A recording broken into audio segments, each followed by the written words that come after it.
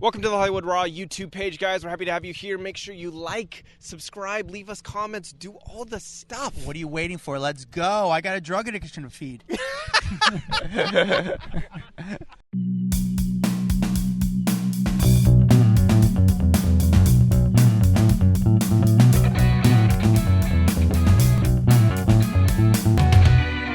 Welcome to the Hollywood Raw Podcast, Raw Rundown, where we give you the top 10 stories of the week in entertainment news and pop culture. My name is Adam Glyn. I'm an entertainment journalist with more than a decade of experience. On the other side of the country is Dax Holt. We have the East Coast and West Coast covered. The Middle America, we need you guys to help us out. Dax, how are you, my friend? I'm doing good. Something so random this morning. I woke up and I was looking through my text messages and I was like, I got a text message from Mark Long, you know, like the MTV challenge guy. He reached out to me too, by the way, but what did he say? That's so funny. No, I realized I didn't get a text from him. I texted him on accident. And I'm like reading through this whole text. Somehow my phone or my iWatch started recording while I was coaching my son's soccer team. And it did this big old long message where it's saying, you got to kick a goal. Then you got to have defenders. Like, it's a big long ass message to him that makes absolutely no sense at all. And I somehow sent it to him. So I noticed it this morning and I wrote him again. I'm like, hey, sorry, Siri must have sent this to you. And he wrote back like, yeah. I was like, what the hell is this guy talking about? That's funny. So I don't know what happened. He wasn't even in my like recent texts or anything. I have no idea what happened, why I'm like randomly texting celebrities on the side. That's awesome. That's pretty funny. So when we do this Raw Rundown, Dax, me and you kind of go over the list beforehand most of the time. And some weeks, I got to be honest with you, are a little difficult. We're trying to find like some stories. Sometimes a little bit of a reach because we don't know if something's that big of a news story. We have to see if there's getting a lot of traction regarding the story. Some weeks we're really hurting. Like, man, there's just nothing going on this week. Yeah. This week is out of control. The stories are insane and they keep coming. And when we put out this podcast, sometimes stories develop after we record the podcast. So guys, just deal with it. I don't know what to tell you. It's because this stuff keeps changing. And luckily today we recorded a little bit later just to get it. And we had to record a little bit later because we both have lives. And fortunately we did because one new big story broke earlier this morning. So we're going to get into the Raw Rundown. Before we get to the Raw Rundown, we read your reviews. It's the best thing to do to support this podcast. Dax, do you have a review ready for us? I do. And by the way, we're getting a little low on reviews. So I need some people to go leave me some because we are getting down. We've read most of them. And I'm going to be wrapping up here in the next couple of weeks with not having any reviews left. So leave us some reviews, people, so I can read them out on the air. All right, this one comes from, and by the way, this is on Apple Podcasts. This is where I get the reviews.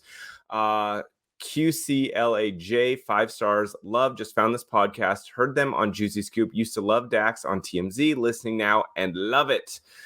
Awesome. Well, thank you, QCLAJ. And leave your name, guys. I want to be able to call out your name, not just a screen, whatever Apple makes you put on there, but I want to actually read out a name. So, all right, awesome. Thank you. Don't make Dax get physical, guys. He is one hell of a ninja. You don't want to whip out his karate skills that he learned from the JCC in 3rd grade because it is crazy. Do you guys have JCCs in California? Yeah, of course. Okay. I didn't know if that joke would land with it. All right, on to the Raw Rundown, the top 10 stories of the week, starting with number 10. Number 10, Nicki Minaj's husband, Kenneth Petty, is, I guess, ordered to serve house arrest. This is a big deal, but he was sentenced by a federal judge in LA here to serve house arrest after violating the terms of his 3-year probation. This all was broken by the Rolling Stone, and so I guess what happened was he was recorded on video making threatening remarks towards a specific individual while being in company of someone with a criminal record. And that is a big no-no if you are on probation. And because that, the probation officer went and put out basically that he believes that because of the placement of the location of the monitoring program, this will be sorry, let me try that again. The filing states that Petty's probation officer believes placement in the location monitoring program will effectively allow for a closer monitoring of Petty's activities, limit his movements, provide a sanction for his non-compliance, and hopefully encourage him to reflect upon and reevaluate his current status in the community. If you don't know why he is in all of this, if you remember back in July 2022, he was sentenced to a year under home confinement along with 3-year probation and a $55,000 fine for failing to register as a California sex offender. This all comes back off of he was convicted for attempted rape of a woman back in 1994 and then served 4 years in prison for it. So that is what's going on. I got to imagine this has to be kind of annoying for Nicki Minaj. Like I feel like she is reemerging. Like she disappeared for a while. Cardi B kind of like took over for a lot of the big rap headlines, and then because there was that like feud between them, and I feel like Nicki then disappeared, but then she like now has come back with like the Barbie movie and the song, and you see her, hosting not hosting, but at the VMAs, introducing NSYNC. Like I just feel like she's kind of like back on top, and this has to be like, oh god damn it! Like my husband just keeps bringing on negative headlines for me. Yeah, you can't. It is just, I feel like her husband's been more in the news in the last year than Nicki, which is just, that the Nicki Minaj does have a huge fan base, but I think it goes to his earlier arrest. I think something about when you hear the word sex offender connected to his name for news articles, for news sites, they know that's going to bring in traffic. Yeah, 100%. No, I mean, so it is an interesting story. I don't want to say it sucks for Nicki because she knew what she was getting into. It's just more, I don't know. It's just more shit for them to step out of. It's just, It is what it is, guys. I don't know what to say. I don't really have a comment on it. It's interesting when Nicki Minaj's husband is making more headlines than Nicki. Than Nicki. Yeah. True. All right. Number 9. Number 9, Cindy Crawford says Oprah Winfrey treated her like chattel. What the fuck is chattel, by the way? I have no idea. I don't know if there's Chanel. Was it Chanel or chattel? Chattel. Yeah, I don't know. Chattel. I don't know what that means. But she basically it's funny because they said chattel with like asterisks around it. So I really don't know what. That is. So this goes back to, that new Apple TV Plus documentary, the Supermodels.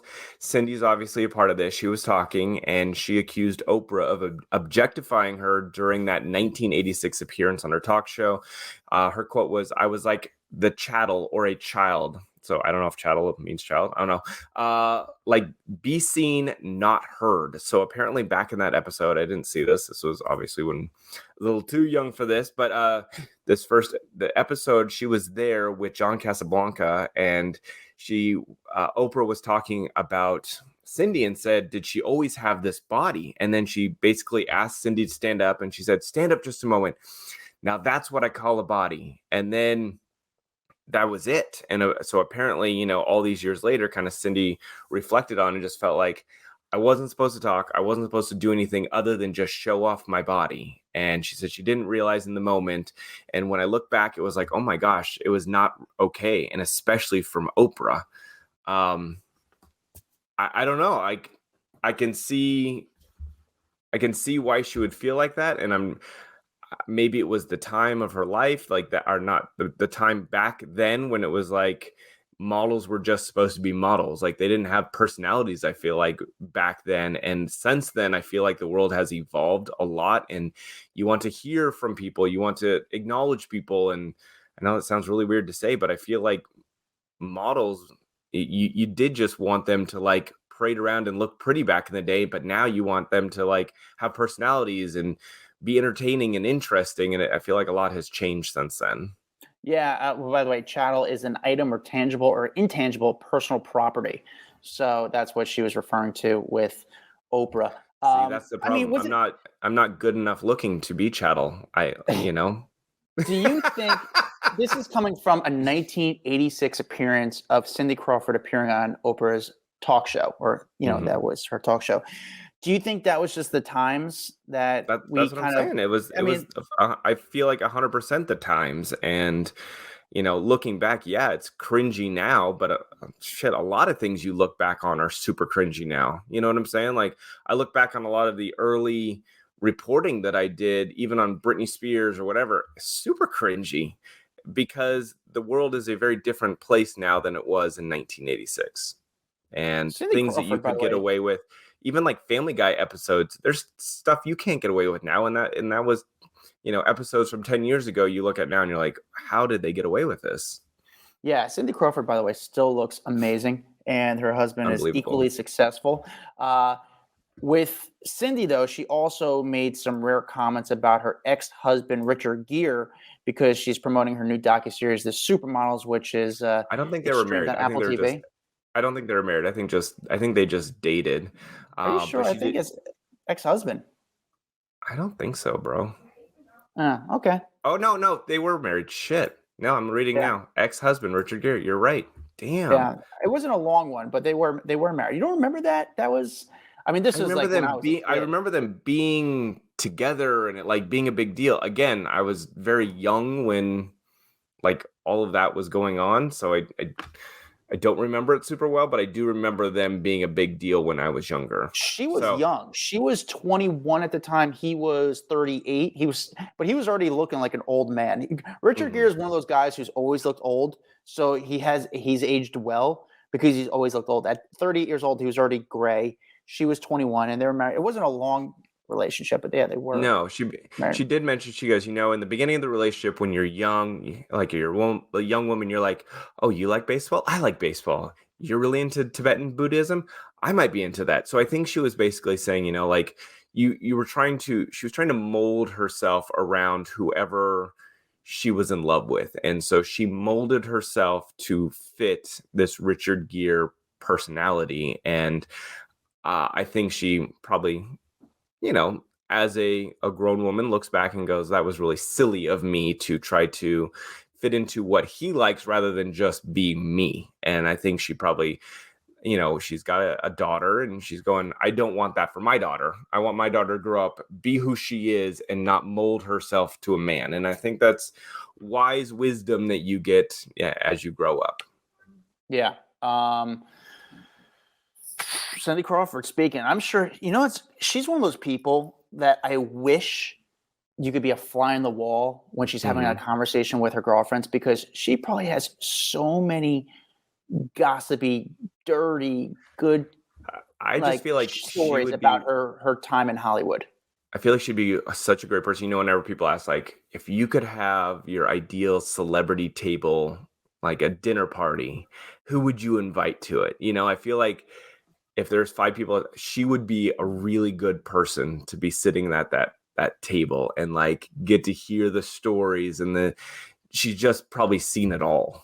Dax, that's a great question. If you can have an interview with any celebrity, not an interview. No, I don't want an interview. I don't want it to be public. I want a dinner party where they're not holding back. They tell you the stories. They're not worried about it going public. Just a full conversation where you can ask anything and it's like friends hanging out. Yeah. And she has to answer everything. I think Jen Aniston would probably also be a really fun person to have at that table. Yeah, but then she'd probably, I don't know if she'd be that fun because I think she'd probably skip dessert and say, hey, I got to go home early. I got to go, guys. Like, what? You just got to go? Like that's what I feel like Jennifer Aniston would react if we were at that dinner party. Cindy, I think, would hang all night. She'd drink tequila. Jennifer Aniston would be like, hey, listen, I got to wake up early, so I'm just going to go. Like, what? We're in the middle of having a great time. All right, so I'll switch Jen. Can we do Jennifer Lawrence then? Okay. Because I only say Jennifer Lawrence because I've heard some stories about her and the people she's hung with. Mm-hmm. I can't say on the record because I can't say on the record just because some of they're crazy stories about her that I've heard, but I don't know if they're true because it's coming from another person. But I'd be curious about that. Okay, but all of that means I want her at my dinner table even more, Adam. So you'd want I would want Cindy Crawford. You could have Jennifer Lawrence. So we double date. That's gonna be our all right, guys, let's fucking talk shit. Because sometimes with me and you, we meet celebrities, and I think we both have celebrities where they want to all right, tell me some stories. They love the gossip. Yeah, they love it. They want to tell me who's cool. They want to find out for me who's cool, who's not cool. They love to hear the gossip and the dirt. There's a few celebrities I know that, which I love. I love when they want to hear my stories rather than me hear their stories, because I've heard their stories. All right, number 8. Number 8, Vanna Whaite. She is going to be back on Wheel of Fortune. This is a big deal. There was a whole contract dispute going on for quite some time. But Sony Pictures Television announced that Vanna Whaite will continue to reveal the letters on Wheel of Fortune for the 2025-2026 seasons. There was a whole big thing about the fact that she was getting paid $3 million a year to co-host Wheel of Fortune. And she hadn't gotten a raise in, 18 years, something ridiculous. Basically, they were paying Pat Sajak a ridiculous amount of money, like $20-some million a season, while she was getting 3. Granted, people will sit there and go, she's just turning the letters, but her name was just as big as his, right? I mean, synonymous with Wheel of Fortune. And with him now being gone, Ryan Seacrest stepping in, she was like, look, my name is a part of this show. I am synonymous with Wheel of Fortune. I want to raise, just because you're bringing Seacrest in, who I'm sure they're paying Seacrest more than $3 million a year to host that show. So I think it was only fair for her to ask that. And it seems like she got what she wanted. I don't know what that raise is. They obviously aren't revealing that number, but she will continue on the show. Ryan Seacrest put out a statement. He is extremely ecstatic to have her on the show. He's happy that she will be there, and she is a part of the fabric of Wheel of Fortune. So he's stoked. I do think it's, Vanna waited a long time to really speak up regarding her pay. I mean, this has been for a long time. She could have spoke up regarding the pay gap between her and Pat's. Part of me wants to feel like she didn't want to ruffle the feathers with Pat or make him look bad, because I think it was out of Pat's control, and I think she respected Pat and their relationship.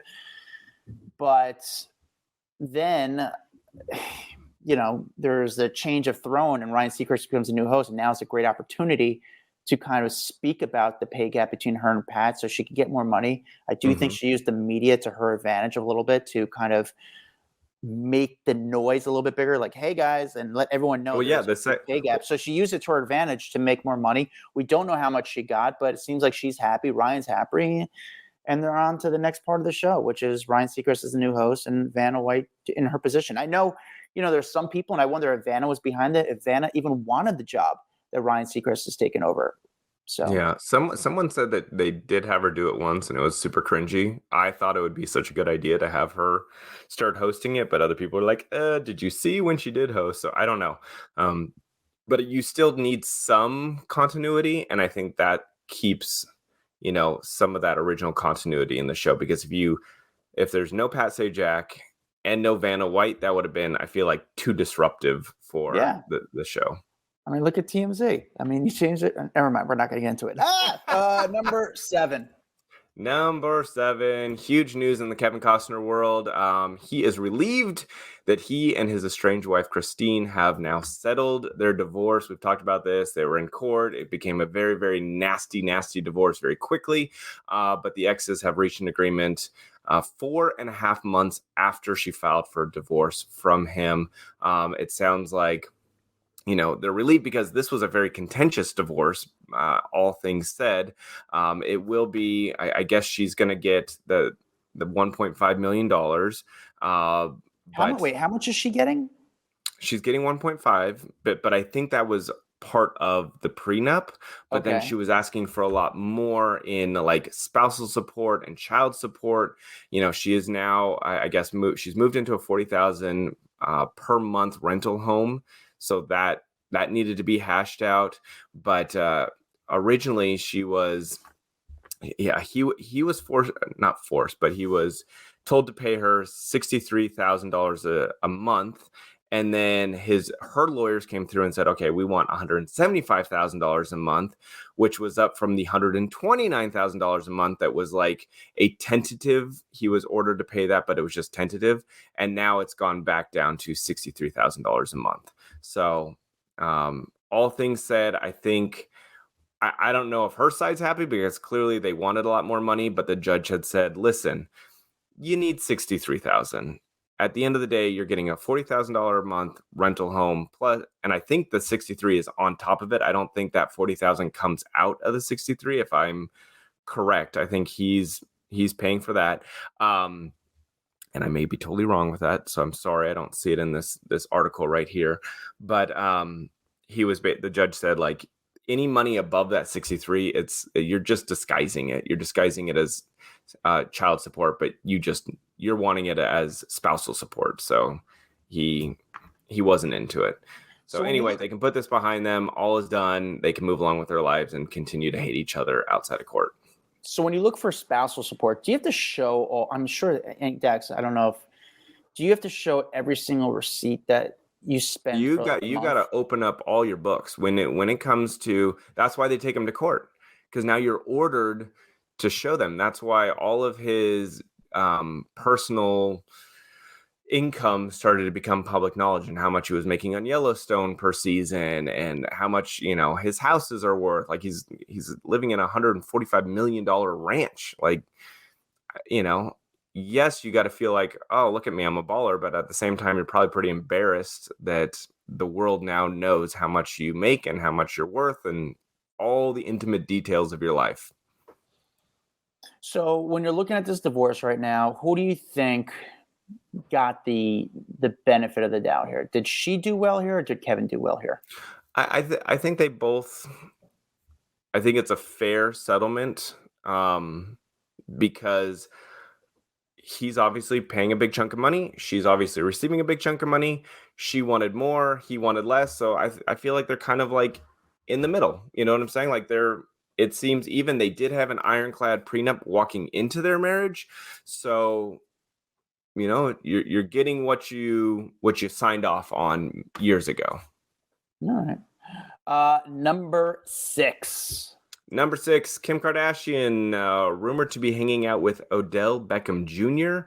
And this is hot off the heels of his split from Lauren Wood. So obviously, if you are into football, you're going to know that he is an NFL wide receiver. He's huge in the NFL, big name out there. But the two of them have been, quote unquote, hanging out. So I don't know if that means they're dating. I do know that they have mutual friends together. But he and his longtime girlfriend, Lauren Wood, officially split. They had a kid back in February of 2022. And, she's got a couple kids herself. I don't know. I don't know if this is just like because they roll in the same friend group, people are putting them together, because hanging out is very different than dating, in my opinion. Right? Like, yeah, I mean, I just don't really understand how this came out. And the reason is Odell Beckham plays in Baltimore. Okay. Kim Kardashian lives in LA. When is the last time Kim went to Baltimore, as far as we know? I think they hung out with Michael Rubin's friends. July so party? I think there was like some vacation or something that they were all on together. Well, they hung out the Michael Rubin's 4th of July party, but that was in July. Why now are we hearing about this, that there's some sort of interest? My personal opinion, and again, this is just my opinion, I don't know any truth, I think this is actually Odell Beckham's team kind of leaking this type of stuff out to see if there's some interest with Kim. It's not Kim trying to leak out information that she has interest with Odell. I think Odell's team is Odell Beckham is a football player who was successful early on in his career. In the last couple of years with injury and other, playing on different teams, he hasn't been as great as he once was, but he is a guy who likes the star power. I think he's a guy who's trying to use the media a little bit to his advantage to kind of put him and say, hey, Kim, if you're interested, I could possibly be interested. That's what I'm throwing out there. I don't know if it's true, because I don't know why Kim would have anything to do with this. I don't think it works. And honestly, when could they have hung out? Odell is not. They're in two different places. Yeah. I don't know. To me, I feel like Kim is in a very good place in her life right now. I saw that she is vacationing with friends. She seems really happy. You know, like I feel like the Kanye stuff was really dragging her down for quite some time. I feel like she's doing good. I don't know. Like, stay single, girl. Enjoy your life. Yeah. Don't get wrapped up in this crap. Just enjoy your life. I find the bullshit with this. I think Odell kind of hangs in kind of cool circles, and he's a guy who's sort of at the end of his career football playing wise, and he wants to keep that fame going. And what's a better way to keep that fame going is being in a relationship with Kim Kardashian. That's just my opinion. All right, moving on to this one. This one's wild. Number 5. Number 5, Taylor Swift having a girls' night out with Sophie Turner this week, which, if you know the dating history, Taylor used to date Joe Jonas, and now she is out hanging out with Sophie Turner, who is obviously Joe Jonas's estranged wife, because they both just filed for divorce from each other. So Swift and Turner were spotted arm in arm out in New York City on Tuesday night. They were leaving via Carota. Carota. Via Carota. That's in the West Village. Yeah. But they seem like did we know that they were friends? I did not know they were friends. I mean, maybe they're photographed. Taylor's had so many friends over the years that you start to forget of like who is she cool with, who is she not cool with. Then all of a sudden you see Carly Claus buying tickets for her last concert. So you're like, who is she friends with? I don't know. And because I went to Google just like Sophie Turner and Taylor Swift to be like, they have some kind of friendship before all this. I don't see anything. So it's very interesting that the two of them are spotted out right after the divorce announcement. It's almost like they were sending a message to Joe, or they knew the headlines would go wild with them hanging out together. Very strange, I must say. Yeah. I think the stranger part for me was they know they're being photographed, and what's a better photo op than to put your arms and hook them together and to walk into the restaurant, it's like the bar together. The unity, like we're showing that we're united in this post Jonas life. It's just, to me, that I think the cameras were following them, paparazzi were following them. Mm-hmm. You hook your arms, and that it's just a big statement. What that statement is, I mean, at least people guessing. Are they friends? Are they teaming up against a Jonas? Which this goes into a crazier thing, because this photo was just the start of the week, because now Sophie Turner is now suing Joe Jonas for the return of her 2 kids. Can you explain this story to me, Dax? Yeah, so this story is crazy, but basically Sophie is suing Joe for the return of their 2 daughters to her home country of England. So she filed this lawsuit in Manhattan, a Manhattan court on Thursday, requesting, and quote unquote, the immediate return of children wrongfully removed or wrongfully retained. Page 6 broke this story, but basically she is saying that they had agreed to move, I guess over Christmas back in 2022, that they would make the UK their quote unquote forever home. And they began looking for schools for their daughters and like where they were going to live. They were excited to move the family to England. And then they found this perfect home in the English countryside. They put up their Miami home for sale, and they got into a long-term contract for this new property of theirs. Well, the problem comes where she starts filming this miniseries, Joan, and then he kicks off the Jonas tour back in, a couple months back. And so I guess she agreed with hesitation. They kicked off the tour in August. August was when they kicked off the tour. Yes, they kicked it off. Yes. But this was, they kick off a tour.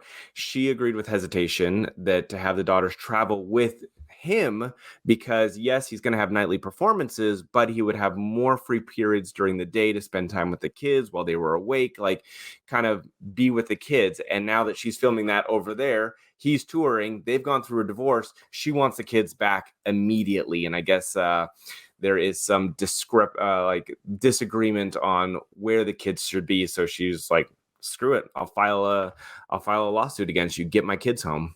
Yeah, she's alleging that Jonas is withholding the youngsters' passports so they can't leave the U.S. Woo, man, Joe Jonas is right. Yeah, this is not good. But I think from the start we knew that this breakup was not, them. This got nasty really quickly, though. Like it went from them seemingly doing really well and showing up to each other's events and walking red carpets and posting photos of each other to like hell breaking loose. I really think there's got to be some kind of cheating or something that happened that pissed one of them off or pissed both of them off, because it doesn't go that sideways that quickly normally. Well, you remember hearing the reports when they first announced they're getting divorced that Joe and Sophie had different lifestyles. Sophie was out at night and Joe was more of like a day, didn't really like that. So they just lived different lifestyles, which even when you were reading it, you thought there was some sort of PR spin on this stuff. Yeah.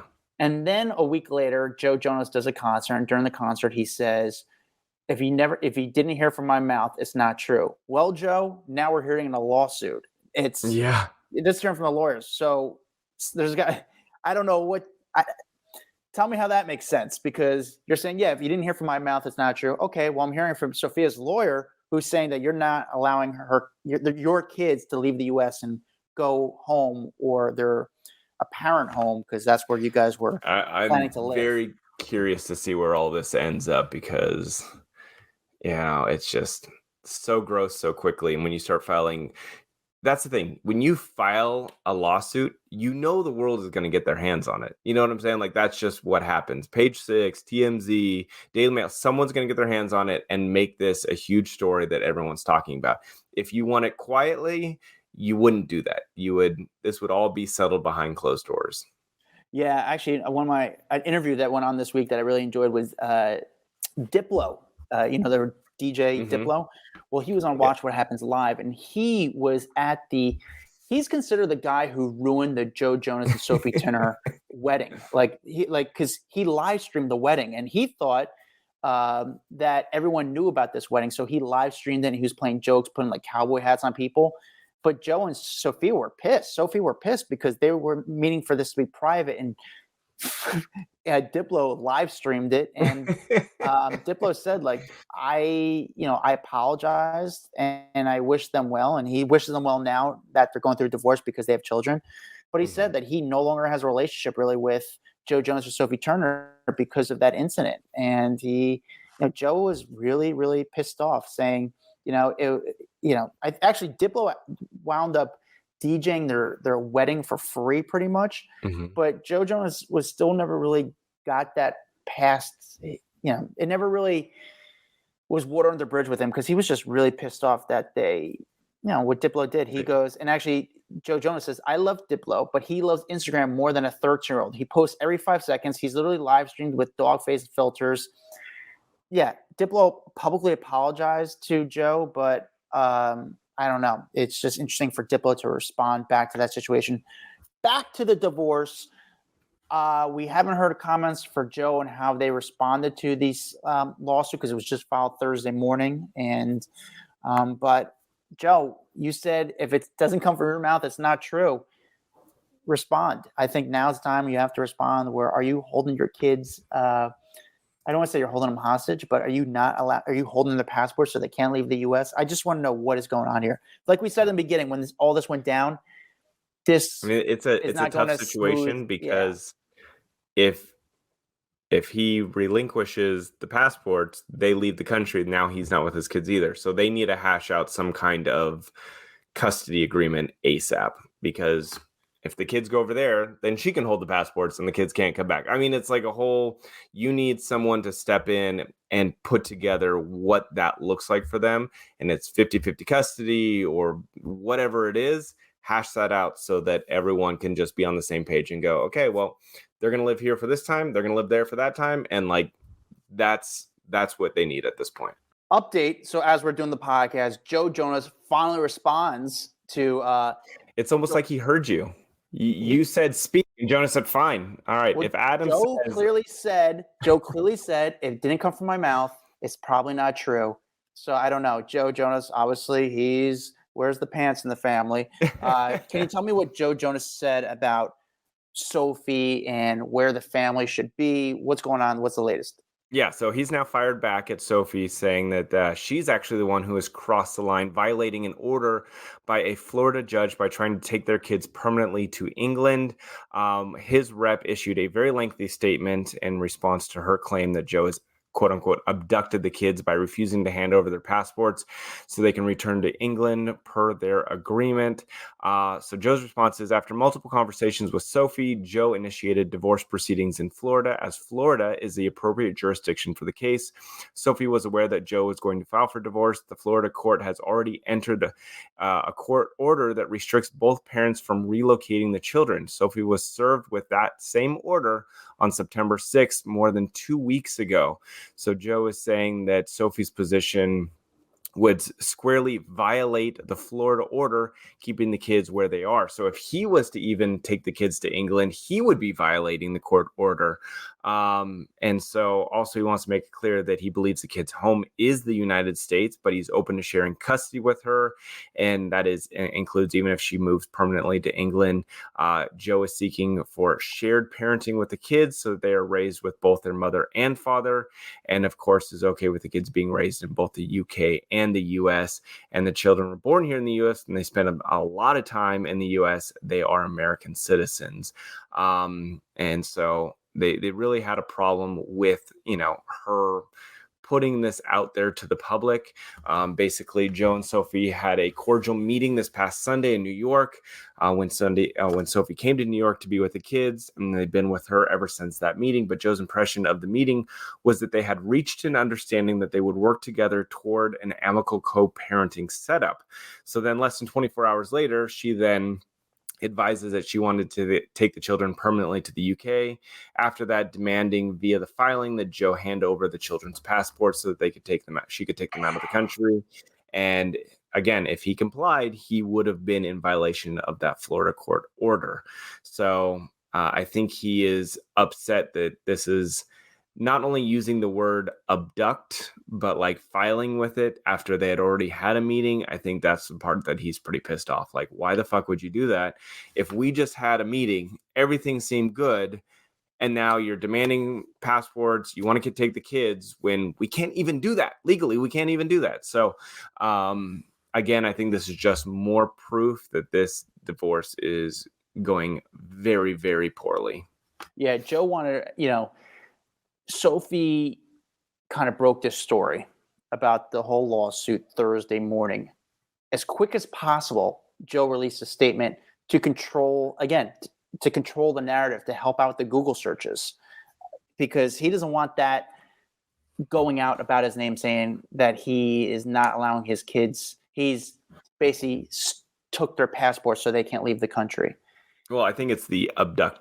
I mean, that's a huge word. Because that's a tough word to use. He's not abducting them if he's holding onto the passport, and especially if they've already been here. So anyway, I'm assuming tune in next week to next week's Raw Rundown. I'm sure there'll be something more with them by that point. All right, let's get back into it. All right, number 4. Bijou Phillips files for divorce from Danny Masterson. I mean, can't say I'm too surprised to hear this one. And this comes right on the heels of obviously him getting sentenced to 30 years to life in prison for rape. And she was right by his side for almost everything. She would show up to court with him, supported him, and now that he has been sentenced, she is saying thank you, goodbye. But here's the thing. So they've got a 9-year-old child together, and they I guess her rep or her attorney put out a statement, said Miss Phillips has decided to file for divorce from her husband during this unfortunate time. Her priority remains with her daughter. This period has been unimaginably hard on the marriage and the family. Miss Phillips acknowledges that Mr. Masterson is a wonderful father to their daughter. She hopes that everyone will respect her family's privacy in these difficult times. And then she cited irreconcilable differences as the reason that she was filing for divorce, and she is seeking spousal support and legal fees according to that filing. So, and then she's also going to have her legal name restored to Phillips, by the way. So, yeah. How does this conversation go down? Does after the verdict and he's going away, does Bijou go to Danny and go, listen, I love you. You're a great dad, but I'm not going to see you for a long time. And I gotta hook up with something. I'm still young. I still gotta get my, what does she do? What does Danny say? Does he support her? So here's the thing. In our Facebook group, there has been a lot of really interesting chatter with the people that are in there. One person had I guess a couple of people have actually said that this filing is done to protect his assets. She files for divorce, puts a lot of the homes, the money in her name, and then if people sue him, like the victims sue him or go after him for money, they can't touch it because it's in her name now. Interesting. That makes total sense. I mean, that would make more sense. That makes great sense. It seemed like she was right by his side. And you remember she sent a letter to the judge saying that he was an amazing father and a life-saving partner to her. So, I mean, I could see some truth behind that. I thought, oh, yeah, like you're convicted, got to move on with your life and divorce him. But it is a very interesting way to look at that this would be a way to save all of their assets by getting a divorce. Yeah, makes a lot of sense. Very interesting. But that's, join our private Facebook group. I'm going to put that in the conversation. Our private Facebook group called Off the Record, which I highly suggest you guys join. We got a really cool community where you guys get to talk to us. We talk to you. You guys talk to each other. It's just fun. Really, it's just a fun group on Facebook. Suggest you guys join it, but that makes a lot of sense. All right, moving on to number 3. Number 3, Ariana Grande and Dalton Gomez simultaneously filed for divorce this week. If you remember, Ariana's new boyfriend, Ethan Slater, who is her co-star in Wicked, they've been seen out. They've been hanging out together. You know, she has basically said that her relationship with Dalton had kind of crumbled, and they were, it seems like, doing a lot of the behind the scenes prep. So, you know, who gets what, how much money does he get, all of that sort of stuff was being hashed out, and then they both filed basically at the same time irreconcilable differences as the reason for the divorce. But it was clearly a coordinated effort, and before they went to the courthouse and actually filed it, basically what it comes down to is she will sign him probably a pretty fat check and move on. They listed the date of separation of February 2023, and then now she will be free to hang out with her new boyfriend, which he also filed for divorce, and that was with his like childhood sweetheart. Her name was Lily J, and they've got one child together. They tied the knot back in 2018, and then he met Ariana, and that all went to shit. So there you go. I think, and again, I'm putting this out there, I think Scooter Braun had a lot to do with this story and his team. This was a very big news story. However, with everything going on this week, it didn't get as much gas on it as you might think. And I think they spoke to the news outlets, and which they've done in the past, and said, "Can we not really dig into this too much? To say, here's the story, here's the Franks and beans of it, but don't go too crazy into it." And it was like a story where they addressed it and moved on. That was it. And I don't know. I just know from past stories with Ariana Grande that they try to control it in her defense, and I think this story was a little bit controlled on her defense here. Gotcha. All right. Your thoughts, Dax? Can you comment? I mean, or do you want to move on? I'm saying she definitely doesn't come off looking bad when in reality, like, she hooked up with a dude and he's now getting divorced. She's getting a divorce. I mean, normally when you hear stories about people hooking up with other people and a lot of divorce happening, it's not a good publicity move for you. And this one, it doesn't seem like it's tarnishing her rep so much, even though this, her boyfriend is literally breaking up with his high school sweetheart to be with Ariana Grande. Like, to me, I don't see that ending well. Like, oh, this is exciting, it's a new relationship, but dude, at the end of the day, if Ariana gets over it, you broke up with your high school girlfriend. I don't know. It just seems like that could be bad for him. Yeah. All right. Number 2. Number 2, Shannon Beador arrested. Well, Real Housewife star Shannon Beador arrested for drunk driving and hit and run. You know her from the Real Housewives of Orange County. She was arrested in Newport Beach, California for drunk driving. And then basically one of the the Newport Beach Police Department confirmed that she was arrested on Sunday morning, booked for 2 misdemeanors, an alcohol-related DUI, and hit and run. But it's funny, and I hate to laugh, but there's been so many jokes made on social media this week about her. And like people, they're being like car crash photos, and then it's like, oh, look, Shannon Beador was here. But anyway, she is awaiting for official information on this case as it becomes available. She is prepared to accept full responsibility for her actions, according to one of her reps. And she's been on the Real Housewives franchise, since like 2004, like since the show ever existed in Orange County. She's been a big part of the show, and she's made this a part of her life. Well, I can tell you that Jeff Lewis was talking about it on his radio show, and he said, I was shocked because I've known Shannon forever and ever, and I can't believe that she would actually drink and drive, and that's something we've both discussed previously, and I'll tell you that she's accepting full responsibility. She's ashamed and she's embarrassed, according to him.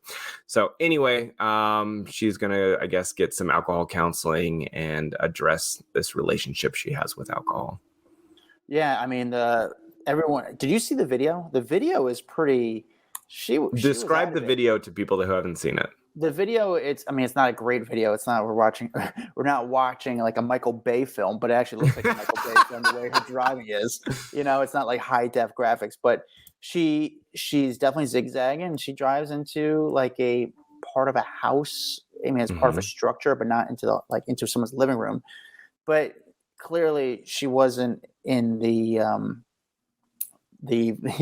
clearly shouldn't have been driving. There's photographers where she was trying to cover her face because I guess there was a little bit of injury. The video kind of, it speaks for what it is. She was driving wasted. She got into an accident, and luckily no one else was hurt. She hasn't commented on the situation yet, but we'll see if NBC comes down on her for this. Like, at what point does NBC feel like they have to get involved? Even though this is not, it doesn't happen. It's so hard because there's probably a side of them that are like, God damn it, now we have to like put out press releases and statements and all that. But on the other side, I bet they're like, yes, this is plot points for the show. Yes, that I got to imagine there's a side of them that likes controversy or likes when people do dumb shit because it just fuels interest in their shows. Yeah, but I feel like they want to control it a little bit, and they can't really control it. I don't know. Yeah, I don't know. It's I think NBC kind of likes it, but they can't publicly say it. Like, obviously the producers you can't acknowledge that you like it, but they can't acknowledge it. But you gotta love that there's 100,000 stories going out that says Real Housewives of Orange County, and then if there is any part of this that they're filming, you're going to tune in because you want to watch the aftermath of this and see it unfold on camera. Like, if I was a producer, I'd be like, get cameras to her house right now. I need to see her reading stories. I need to see her talking to her attorney. I need to see her, dealing with the backlash, because it makes good content. Yeah. Yeah. It's All right, Dax, the number one story of the week. Number one story. Man, there's been a lot of divorce on today's episode. Yeah, guys. But this one, a huge one. Hugh Jackman and Deborah Lee Furness splitting after 27 years of marriage.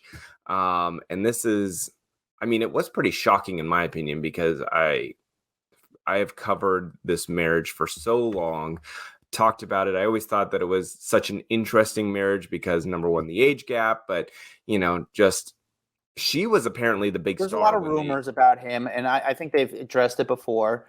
Mm-hmm. And I don't know if they're true, what's true, what's not true, but he's addressed the rumors that, again, we're saying there's people try to say, oh, Hugh Jackman's gay. Now, I have no comment on that. I don't know anything. As far as I know, he's straight because he was married to a woman. Well, I can tell you that they did put out a statement and basically said, we have been blessed to share almost 3 decades together as husband and wife in a wonderful, loving marriage. Our journey is now shifting, and we have decided to separate to separate to pursue our individual growth. Our family has always been our highest priority. We undertake this next chapter with gratitude, love, and kindness. We greatly appreciate your understanding and respecting our privacy as our family navigates this transition in all of our lives. So yeah, apparently I was reading about them. I didn't realize that she was the big star when they first met, like all those years back in like 1995. She was 13 years older than him, but she was the star of like an Australian TV show. And then he met her and had like a massive crush on her and basically convinced her like, we need to date because I really like you.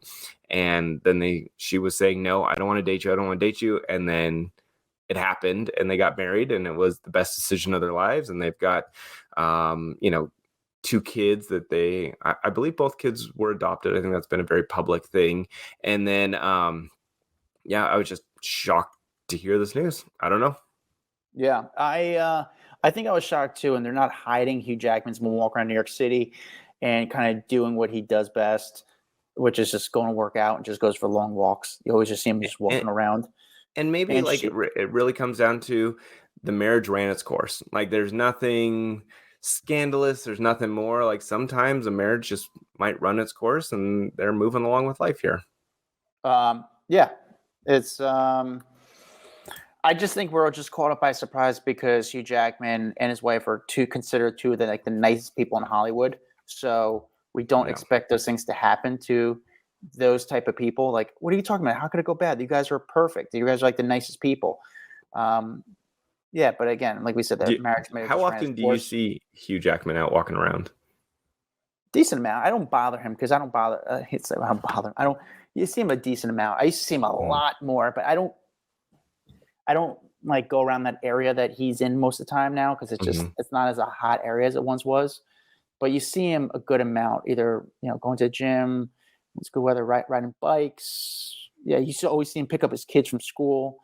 This was the big blind item that was like going around for quite some time. There's a big superhero divorce on the that's going to be coming up, and a lot of people were like, "Oh shit, was it Ryan Reynolds and Blake? Is it there was Elsa Patsy and Chris Hemsworth?" Like people were speculating. I don't think anyone put Hugh Jackman's name in the running, and he was the one.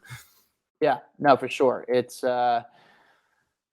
I think it's just a sad. You want to see them both happy. Maybe they're happy or not together. And I think we're just caught off guard because when you're with each other for as long as they were, and at that age, you just think it's going to be, in my opinion, like, oh, that's their lives for the rest of their lives. And now there's gonna be a lot of speculation about him, about if they date next, what they date. But it seems like there's no animosity. She was out. They date? Well, yeah. Pretty much. But she was photographed yesterday with her friends, like having lunch. Didn't seem like she was like sitting there crying and in tears. And he's walking around. He's talking to paparazzi a little bit. He doesn't like address the situation dead on because it is a sensitive subject, and there's a lot of people kind of that could be hurt by him talking about it. But he's living his life. So I don't know. It was just a big surprise.